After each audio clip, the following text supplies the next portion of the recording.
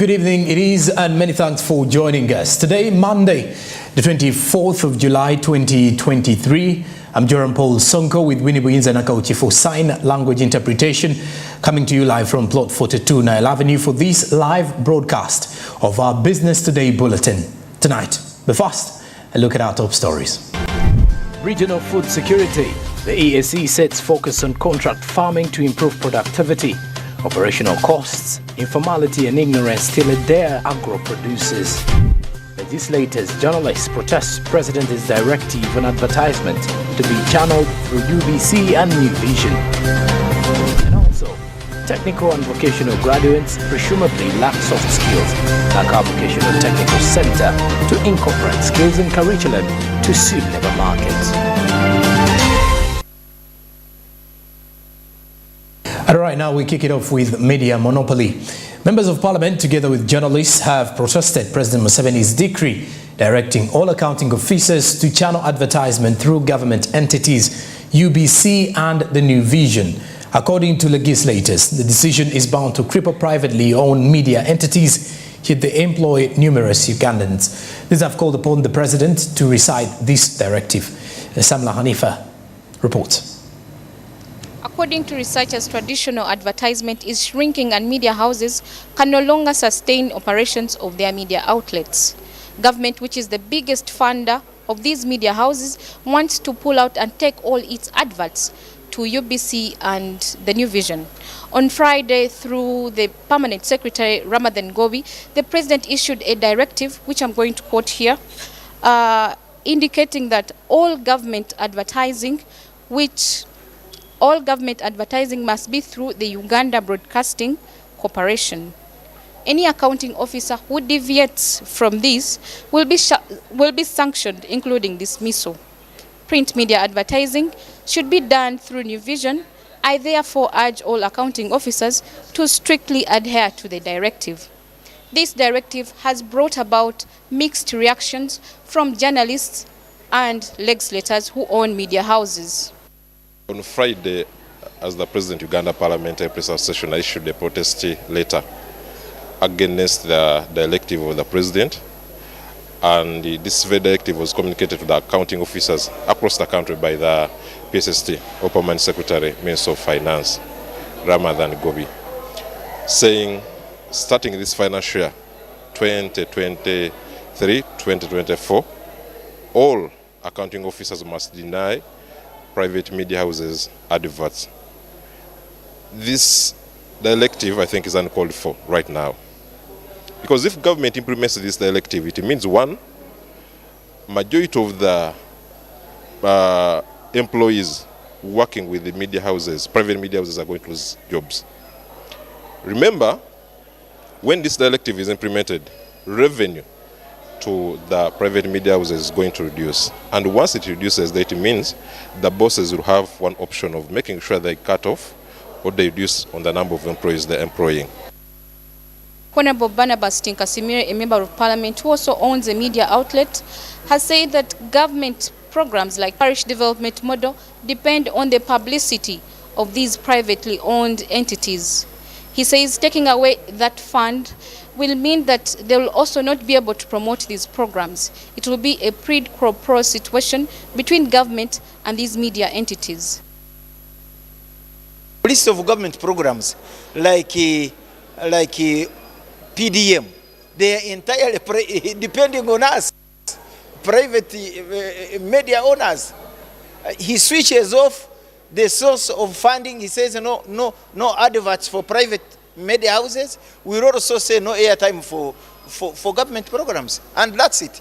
Quid pro quo. According to Honorable Musila John, government's decision will cripple the functionality of these private-owned media entities. He says less revenue will be collected from what government is getting right now. He has further guided the President to give a certain percentage to the privately owned media entities and give the rest to the government-owned entities. Killing stimulus to private players, whichever, whether media or whatever, you will be killing stimulus.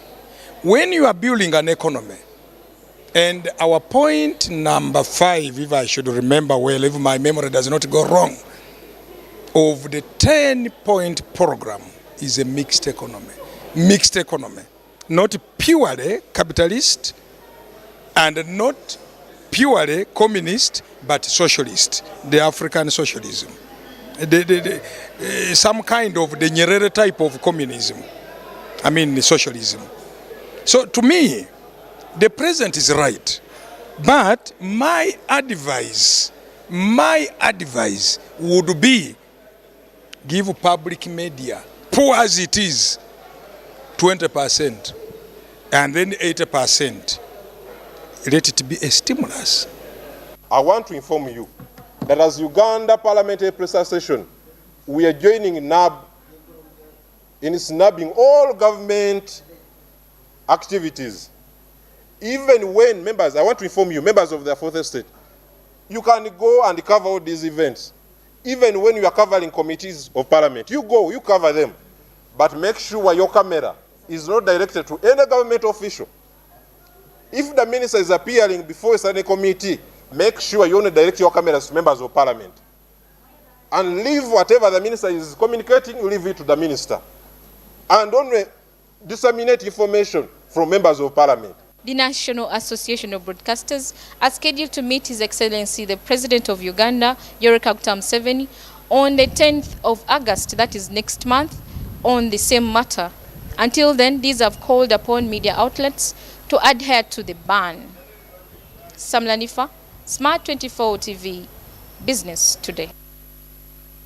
And on that same matter, having an extensive later on in the bulletin as we get to understand deeper in understanding this issue to do with journalists and of course the media monopoly in Uganda.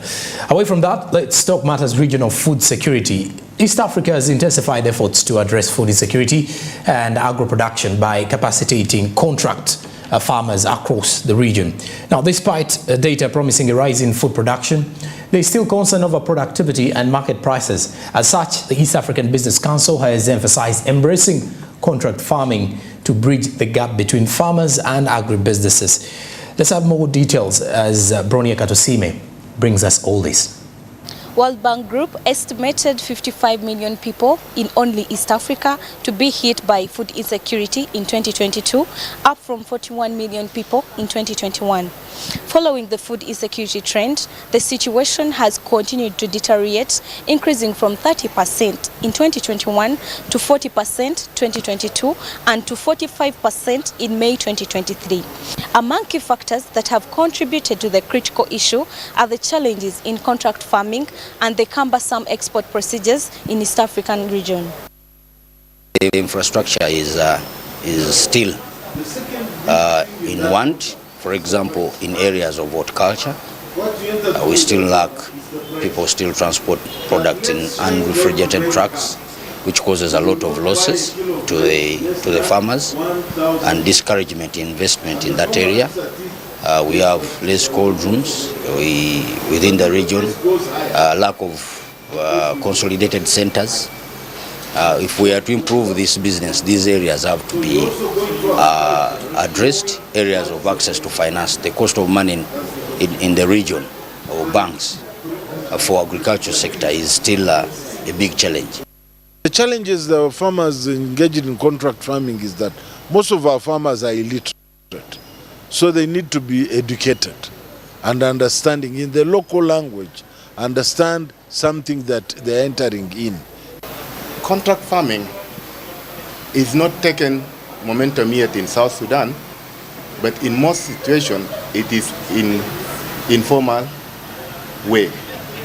You may find that the agro dealers come to the farmers and start booking the harvest of this year, or at least they enter into some negotiation in a traditional way that this year we are going to coordinate in order I can get from you some products.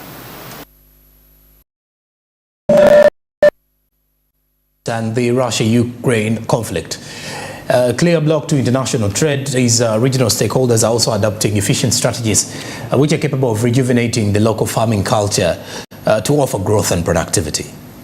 As the region's agricultural landscape evolves, it becomes imperative to effectively explore different methods to attract more stakeholders in the farming industry, which will help us fight poverty, help our farmers earn more income, and also boost revenue for the countries like Uganda, given the fact that we rely on agriculture as the backbone of the nation. The issue has been an issue of mindset or behavior change within our region. Generally, you find that our policymakers are happy to promote imports from the rest of the region or from the rest of the world, as opposed to support the farmers within the country. So we need really to dive deep and sensitize policymakers. I'm very open that policymakers are the issue. They need to ensure that we stop these imports and provide support. Policy instruments to enable our farmers realize their outputs. The issue is that contract farming coming into place will align the farming practices in a much better way so that the farmers can actually get value for money. Yes, also the advantage, if someone knows I'm supposed to export my product, my market is assured. But the problem, meeting the standards of the products to be exported, the farmers have to know if I'm exporting ABCD, it has to meet such standards for the market where I'm exporting. Well, it is anticipated that the food security situation will slightly improve in the projection period from September 2023 to February 2024 from 45% to 27% respectively. This can only be achieved if key stakeholders, both government and non-government entities, join efforts to support farmers and investors in the industry, which will help our countries develop and grow. Bronya Katsime, Smart 24 TV, Business Today. Well, and in the side of industrial human resource, in light of industrial revolution and market demands, the technical vocational education and training has been put under necessary pressure to heavily incorporate technology and address the skills gap. An inhibiting factor to industrial appropriators, according to employers, government should prompt vocational instructors to be attached to industries, as 600 graduates flock the market every year.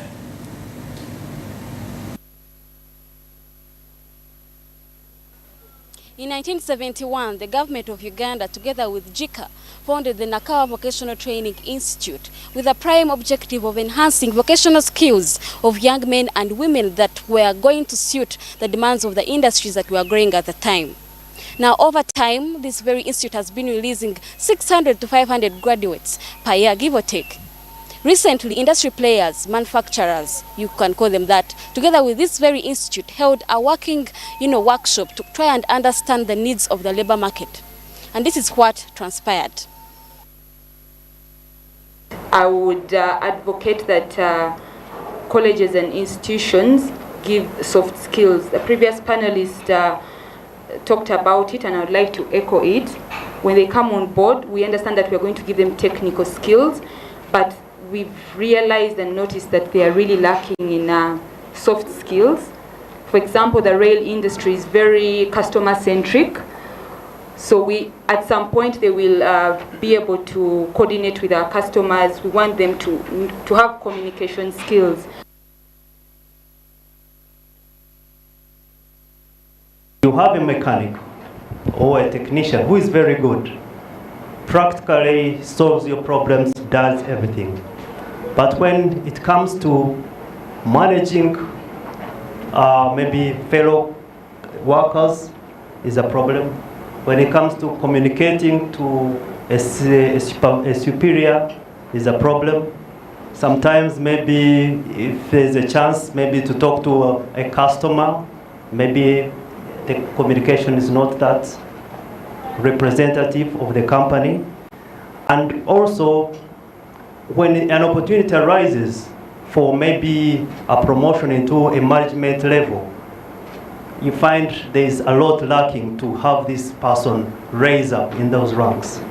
So I would really, I would appreciate, or we would appreciate, if the institute put a little also focus in developing those soft skills, those managerial skills, so that when a student or a graduate trainee comes, they don't stay at that level. 5 years down the road, they are somewhere at the managerial level. Right now, we are doing internship or apprenticeship, and this is what I'm doing. We are doing a training of 2 months, so I'm doing motor rewinding, as you can see here.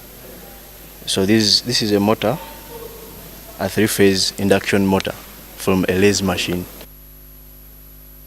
And the gaps in the curriculum, and these are some of the things we are going to sit back on the drawing board and see how we can improve them.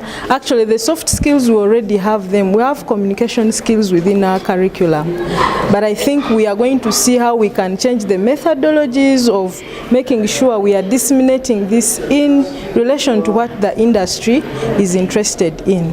So this interaction is very healthy, and it is part of the reforms. It is actually giving us feedback of our trainees. So we also want to get a feedback from these employers on how they find our trainees, and realizing the fact that when we send them for industrial attachment, we have just given them some basics of what they need to use when they are in the world of work. We want them to give us the way they find these students, whether what we give them is appropriate, is enough to prepare them for these industrial attachments. Now, tabloids have made news of skills mismatch, but this is what I've been able to gather today. In as much as these students have all the technical skills that they need on the market, there is lack of soft skills, skills like communication and ICT skills. What do manufacturers want? They want TVET instructors to be on board so that these skills do match the gaps that are suited in the market. There is a lot of instructors in these technical and vocational skills to inhibit, so that these students do not only have the technical and the engineering skills, but they also have the communication and the ICT necessary skills to suit the job and labor market. I'm Rona Nahabwe for Smart 24 TV Business Today. All right, thank you very much for that report, Rona Nahabwe. Now we turn our focus on the ban on timber exports. As following the government's decision to ban timber exports, the Uganda Police Forces declared commitment to jointly work with National Environment Management Authority to enforce environmental protection. Now, the illegal logging, commercial charcoal trade and timber exports have had a toll on forest cover in the country, paving room for intensified call for protection. Besides that, it should as well be remembered that on the 21st of June 2023, President Museveni directed the Prime Minister to take the action in a bid to reverse the worrying trend. As of July 2000, recently, the President of Uganda ordered for the cancellation of licenses and permits to those individuals who are engaging in harvesting timbers from the Ugandan forests. This comes as a result that these people had started abusing the agreement and resorted to even exporting the timber outside the country without value addition. And now the police spokesperson Fred Enang has said that together with his team is going to join the enforcement of the presidential ban to stop the exportation of this timber from the... Now, following the presidential ban on the export of timber, veneer and other commercial production of charcoal, we want to inform the public that the police is going to jointly enforce the presidential ban on the export of timber, veneer and the commercial production of charcoal in the country. You are aware that His Excellency the President issued a ban on unsustainable harvesting of trees for timber, veneer products, and also destructive charcoal burning.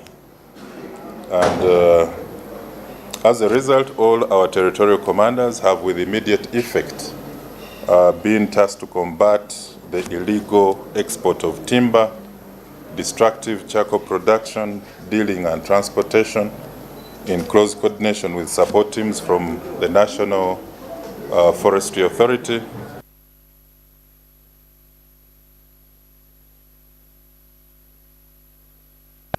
Leaders in the area, they saw it and found it a bit strange, because we have a presidential directive banning the charcoal, but commercial charcoal banning and sale. So all timber traders, transporters, middlemen and locals who often work in complex networks to facilitate the legal transportation of timber across our land, air or water bodies are warned that it is now an illegality to export timber out of the country. So we therefore have a zero tolerance towards anyone who defies this executive order by engaging in the illegal export of timber. So right now our task teams are trying as much as possible to identify and target all timber trafficking hotspots with emphasis on land, air and water border points, along with companies. As of July 2023, traffic police recorded 222 crashes that came as a result of disobeying traffic rules and regulations. And according to Michael Kananro, the spokespersonel of traffic police, says starting next week, that will be on Monday, they are going to conduct massive operation and arrest those who are disobeying the traffic rules and regulations. Well, earlier this month, the State Minister for Environment confirmed that the restraint had targeted commercial charcoal trade, with the occurrence concentrated in northern and northeastern Uganda.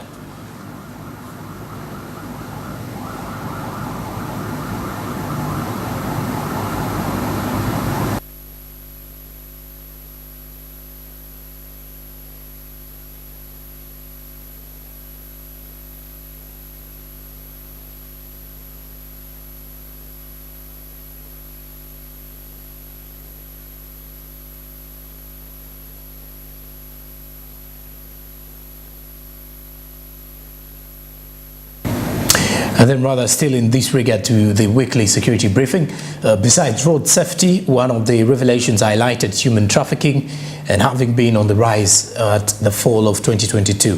With the high numbers in regard to unemployment, labor externalization has turned out to be one of the most compelling alternatives in the Arabian Gulf, which is a key destination in that particular space in regards to human trafficking and road insecurity. But when we do return after the break, we have more discussions coming up here on Business Today, so stick around.